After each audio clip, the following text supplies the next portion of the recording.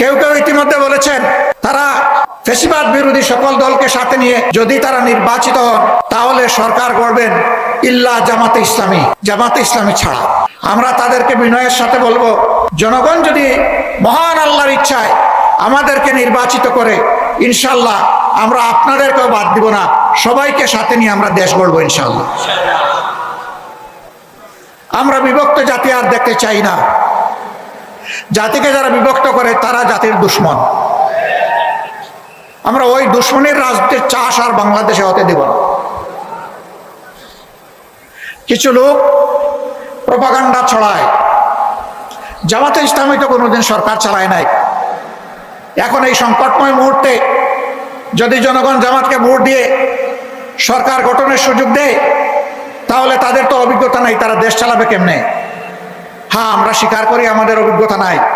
কোন অভিজ্ঞতা নাই জানেন? জনগণের সম্পদ